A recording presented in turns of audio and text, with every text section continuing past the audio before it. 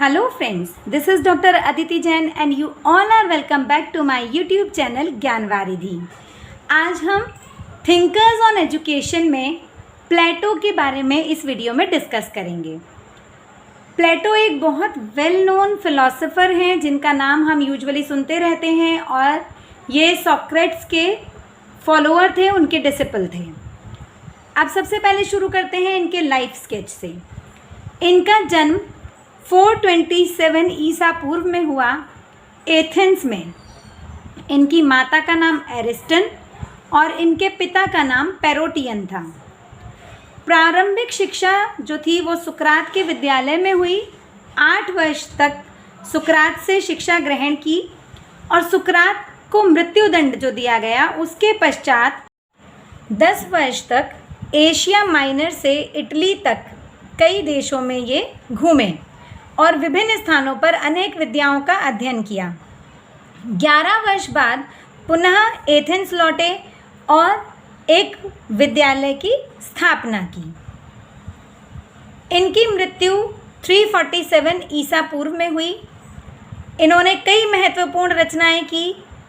36 ग्रंथों का विवेचन इनका मिलता है कि इन्होंने लगभग 36 ग्रंथों की रचना की, जिसमें से the Republic, the Statesman and the Laws ये बहुत महत्वपूर्ण ग्रंथ रहे। इसके अतिरिक्त भी कई ग्रंथ हैं इनके जो बहुत जाने माने रहे, जैसे अपॉलोजी, प्रोटेगोरस, जॉर्जियास, क्रिटियास, क्राइटो तथा मेनू। ये इनकी कुछ प्रसिद्ध रचनाएं हैं जिनको हमने यहाँ पर देखा। इनके नाम आप याद रखिएगा क्योंकि जो आपके ऑब्जेक्टिव टाइप क्वेश्चंस आते हैं उनमें से आपको कई बार इस तरह के प्रश्न देखने के लिए मिल जाएंगे कि इनमें से प्लेटो की रचना कौन सी है। अब बात करते हैं प्लेटो के जीवन पर पड़ने वाले प्रभाव की।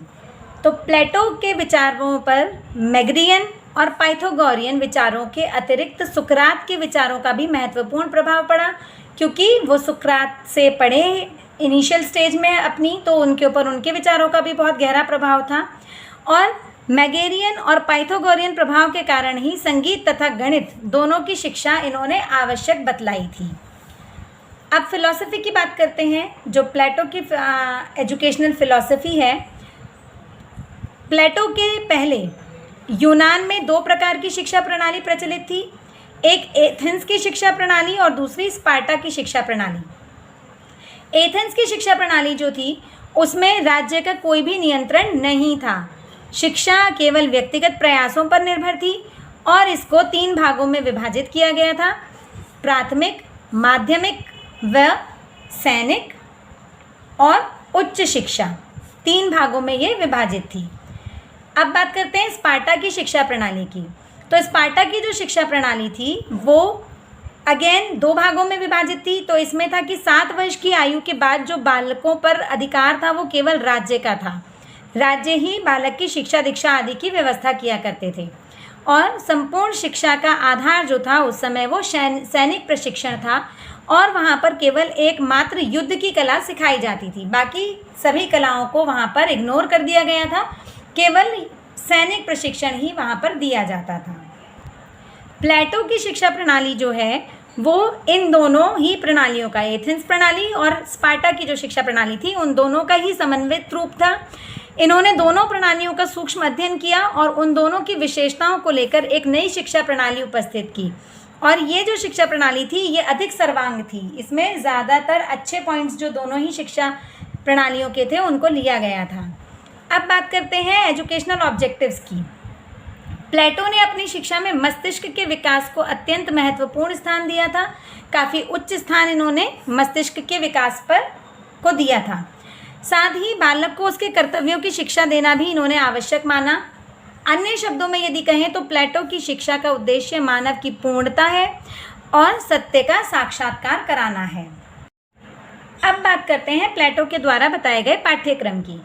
तो प्लेटो ने शरीर, मस्तिष्क और आत्मा सभी के विकास को आवश्यक माना, अतः संपूर्ण पाठ्यक्रम को इन्होंने 3 भागों में विभाजित किया। पहला था शरीर निर्माण, जिसको इन्होंने प्रथम स्थान दिया क्योंकि एक स्वस्थ शरीर में ही स्वस्थ मस्तिष्क का निवास होता है, ऐसा इनका मानना था। तो इन्होंने सर्वप्रथम स्थान दिया शरीर निर्माण को, और उसके लिए शारीरिक व्यायाम के साथ साथ भोजन पर भी इन्होंने काफ़ी ध्यान दिया। उसके बाद इन्होंने बात की विद्या संस्कार की, तो पाइथागोरियन प्रभाव के कारण गणित की शिक्षण पर बल दिया इन्होंने, और सर्वप्रथम इन्होंने कहा कि बालक को अंक गणित सिखाया जाना चाहिए, उसके बाद बीजगणित और रेखा गणित आना चाहिए, और उच्च शिक्षा में इन्होंने ज्योतिष की शिक्षा को भी स्थान दिया। तीसरा जो भाग था इनका वो है संगीत शिक्षा। तो संगीत शिक्षा इन्होंने कहा कि संगीत के द्वारा आत्मा का विकास संभव है, किंतु संगीत और साहित्य चारित्र निर्माण करने वाले होने चाहिए, क्योंकि अगर वो इस तरह के नहीं होंगे तो बालक जो है वो पथभ्रष्ट हो सकता है। प्लेटो ने इसलिए ऐसे काव्य और साहित्य को निकाल दिए जाने की सिफारिश की, क्योंकि उन सब के कारण कभी कभी बच्चों के अंदर निर्बलता, कायरता, लालच, मोह आदि अवगुण बढ़ जाते हैं। प्लेटो मनुष्य के जीवन में संतुलन को विशेष महत्व देते थे। उनका विचार था कि संतुलन बिगड़ जाने से ना तो वह समाज में अपना उत्तरदायित्व पूरा कर सकता है और ना ही स्वयं अपने जीवन का आनंद ले सकता है। शिक्षक के स्थान की बात करें तो प्लेटो ने शिक्षक को अत्यंत उच्च स्थान दिया। छात्र की तुलना उन्होंने अंधेरी गुफा में पड़े हुए एक व्यक्ति से की, और अध्यापक के लिए उन्होंने कहा कि वो गुफा के बाहर प्रकाश में है और उनका काम है छात्र को गुफा के से बाहर निकालकर प्रकाश में लाना। शिक्षक निर्देशक का कार्य करता है, और प्लेटो ने अपनी शिक्षा प्रणाली में अनुकरण का विशेष महत्व दिया है। शिक्षक के आचरण को देखकर बालक के व्यक्तित्व पर बहुत फर्क पड़ता है, इसलिए उन्होंने कहा कि अनुकरण करने से बच्चा सर्वाधिक सीखता है, और इसलिए अनुकरण को उन्होंने एक विशेष महत्व और स्थान दिया है। प्लेटो वर्गानुसार शिक्षा के समर्थक थे। उन्होंने सबके लिए समान शिक्षा का प्रबंध नहीं किया था। वर्ग विभाजन सिद्धांत के अनुसार भिन्न भिन्न व्यक्तियों को भिन्न भिन्न कार्य करने हैं, और उन्हें उन्हीं के अनुसार भिन्न भिन्न प्रकार की शिक्षा दी जानी चाहिए, ऐसा प्लेटो का मानना था। भिन्न भिन्न व्यक्ति जो हैं वो भिन्न भिन्न धातुओं के बने हुए हैं। सोने से जो बने हैं उन्हें शासन करना चाहिए, चांदी के बने हुए लोगों को व्यवसाय व सुरक्षा आदि का काम करना चाहिए, लोहे व तांबे से बने लोगों को किसानी व मजदूरी का कार्य करना चाहिए। अतः राज्य को इनके लिए अलग से शिक्षा का प्रबंध करना चाहिए, और कौन व्यक्ति किस वर्ग में आता है ये ज्ञात करने के लिए विभिन्न आयु पर परीक्षाओं की व्यवस्था भी प्लेटो ने दी थी। अब बात करते हैं फंक्शंस ऑफ एजुकेशन, शिक्षा के कार्य। सबसे पहला कार्य राज्य की एकता की स्थापना करना। यूनान में सोफिस्ट के प्रभाव के कारण युवक जो थे वो स्वभाव से अत्यंत व्यक्तिवादी हो गए थे, जिसके कारण राज्य की सुरक्षा ही खतरे में पड़ गई थी। इस सामाजिक व्यवस्था का प्लेटो ने विरोध किया। अतः उनके अनुसार शिक्षा का एक मुख्य कार्य जो था वो राज्य की एकता की स्थापना करना है। नागरिक क्षमता का विकास, इसको प्लेटो ने महान गुण माना। इस गुण का विकास युवकों में आत्मनिग्रह, साहस और सैनिक गुण की भावनाओं के आधार पर हो सकता था। विवेक का विकास, इसमें व्यक्ति भौतिक इच्छाओं का दास नहीं होता, उसके अंदर विवेक जागृत हो जाता है, जिससे वह ये जान सकता है कि उसको क्या करना चाहिए और क्या नहीं करना चाहिए। सत्यम शिवम सुंदरम की भावना के प्रति प्रेम उत्पन्न करना, जन्म से जो बालक की प्रवृत्तियां होती हैं वो उन्हीं का दास होता है, उसे इच्छाओं का प्राणी कहा प्लेटो ने, और इन इच्छाओं से ऊपर उठने व आदर्श से प्रेम करने की शिक्षा बालक को दी जानी चाहिए, ऐसा प्लेटो का मानना है। इनको हमारे दर्शन, भारतीय दर्शन के हिसाब से आदर्शवादी माना गया है इन्हीं कारणों से।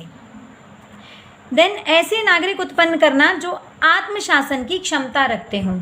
यदि हमारे नागरिक शिक्षित हैं और बड़े होकर बुद्धिमान बन जाते हैं तो उन्हें अपना पथ स्पष्ट दिखाई देगा, और वे सभी महत्वपूर्ण बातें, जो भी उनके जीवन में महत्वपूर्ण बातें हैं, उन सभी को भली भांति वो सीख जाएंगे, ऐसा प्लेटो का मानना है।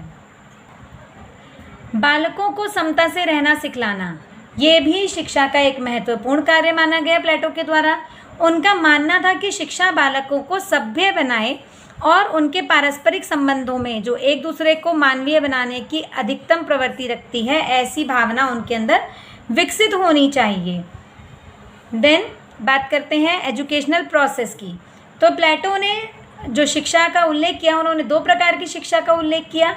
पहला, व्यवहारिक कार्यों से संबंधित शिक्षा, जिसमें व्यापार, कला, कौशल आदि की योग्यता बच्चों में विकसित करनी होती है। इसको उन्होंने संकीर्ण और अनुदार शिक्षा माना है। दूसरी है राज्य की सेवा करने के लिए शिक्षा। इसको उन्होंने उदार और सच्ची शिक्षा माना और युवकों को राज्य की सेवा हेतु तैयार करना एक महत्वपूर्ण कार्य है शिक्षा का, ऐसा प्लेटो का मानना था। कंपल्सरी ट्रेनिंग की अगर बात करें तो प्लेटो बलपूर्वक काम कराने का विरोध करते थे। शारीरिक व्यायाम के लिए अनिवार्यता का सिद्धांत जो है उनके अकॉर्डिंग ये हानिकारक नहीं था, क्योंकि बच्चे का शरीर यदि स्वस्थ रहेगा तो वो ज्ञान बहुत आसानी से अर्जित कर सकता है।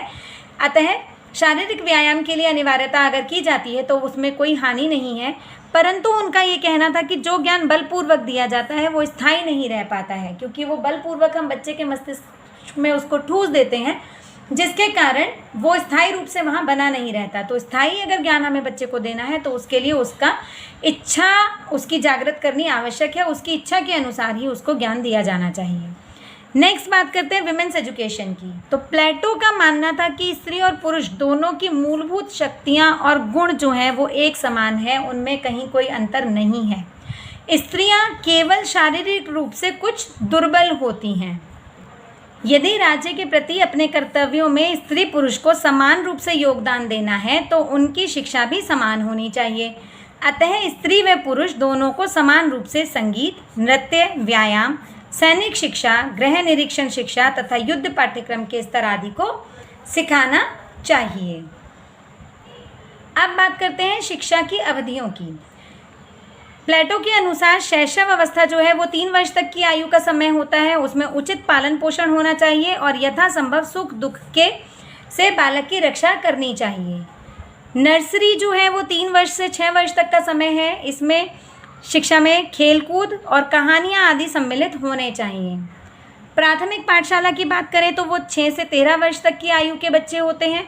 उनके लिए संगीत, खेलकूद, धर्म, नीति शास्त्र तथा अंक गणित आदि पढ़ाया जाना चाहिए। इनसे बालकों में पर्याप्त साम्य, लय तथा संयम उत्पन्न होगा।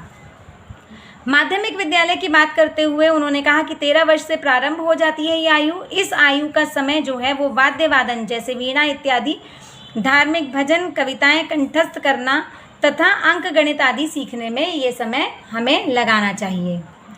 इसके पश्चात आती है व्यायाम अवधि। ये जो काल है वो 16 वर्ष से 20 वर्ष तक का है। सामान्य व्यायाम और सैनिक शिक्षा आदि पर इसमें विशेष ध्यान दिया जाना चाहिए। अब बात करते हैं उच्च शिक्षा की, जिसका काल है 20 वर्ष के बाद का। उसमें इन्होंने कहा कि एक निदानात्मक परीक्षा के बाद 10 वर्ष के वैज्ञानिक विषयों के पाठ्यक्रम के लिए भी यहाँ पर युवक युवतियों को चुना जाना चाहिए। इससे उनमें तथ्यों का विश्लेषण करने और उनमें अंतर संबंध स्थापित करने की जो ज्ञान है वो विकसित हो जाएगा और उनको इसमें सहायता मिलेगी। अब इसके बाद जो आयु आती है हमारी वो है 30 से 35 वर्ष की। उसके लिए इन्होंने अधिकारियों का प्रशिक्षण माना और इन्होंने कहा कि यहाँ पर उन अधिकारियों को प्रशिक्षित किया जाना चाहिए जिन्हें आगे चलकर राज्य में उत्तरदायित्वपूर्ण पदों पर कार्य करना है और उसके लिए इन्हें दर्शन शास्त्र, मनोविज्ञान, समाजशास्त्र, कानून, शासन, शिक्षा शास्त्र आदि विषयों का अध्ययन कराया जाना चाहिए। अब इसके साथ हम बात करते हैं कुछ दोषों की जो प्लेटो के इस सिद्धांत में थी। यूँ तो अगर हम इसका विश्लेषण करें तो बहुत सारी इसमें अच्छाइयाँ हैं, पर फिर भी कहीं ना कहीं कोई दोष रह जाता है। तो अगर हम उनकी बात करें तो वो लगभग ये 4 दोष निकल कर आते हैं, तो उनको हम एक बार देख लेते हैं। पहला है उत्पादक वर्ग में शिक्षा की कमी। सबसे बड़ा वर्ग जो है वो उत्पादक वर्ग है, लेकिन प्राथमिक शिक्षा के बाद प्लेटो ने उसके लिए किसी भी विशेष प्रकार की शिक्षा की बात कहीं नहीं की है, जिसकी वजह से ये कहा जाता है कि उत्पादक वर्ग की शिक्षा का यहाँ पर कम स्थान दिया गया है। नेक्स्ट है विविधता का अभाव। बच्चों में जो इंडिविजुअल डिफरेंसेस होते हैं उनको यहाँ पर देखकर उनके लिए किसी विविध प्रकार की शिक्षा की योजना के संबंध में प्लेटो ने कुछ नहीं कहा है। दर्शन पर अधिक जोर। कुछ लोगों का ऐसा मानना है कि प्लेटो ने दर्शन पर ज़्यादा जोर दिया है, जबकि उन्होंने शारीरिक व्यायाम या हम गणित की बात करें इन सब चीज़ों पर बहुत ज़्यादा एम्फसाइज़ किया है। तो ऐसा नहीं है, लेकिन फिर भी कुछ लोगों का मानना है कि प्लेटो के दर्शन में दर्शन पर अधिक जोर दिखाई देता है और इसके कारण और सभी चीज़ें जो हैं और सभी विषय जो हैं वो कहीं ना कहीं सफ़र करते हैं। एंड लास्ट इज साहित्य शिक्षा की अवहेलना। साहित्य शिक्षा पर प्लेटो ने बहुत ज़्यादा ध्यान नहीं दिया और इन्होंने गणित पे, संगीत इत्यादि या सैनिक शिक्षण पे ज़्यादा ध्यान दिया, ऐसा कुछ लोगों का मानना है। और उसी के प्रति इनकी आलोचना भी की गई कि साहित्यिक विषयों को प्राथमिकता नहीं दी गई है या उनको समुचित स्थान नहीं दिया गया है प्लेटो के शिक्षा प्रणाली के अंतर्गत। आई होप ये वीडियो आपको अच्छी लगी होगी और आपको समझ में आई होगी। अगर आपको मेरे वीडियोस पसंद आते हैं तो उन्हें लाइक, सब्सक्राइब और शेयर करना ना भूलें। Thank you.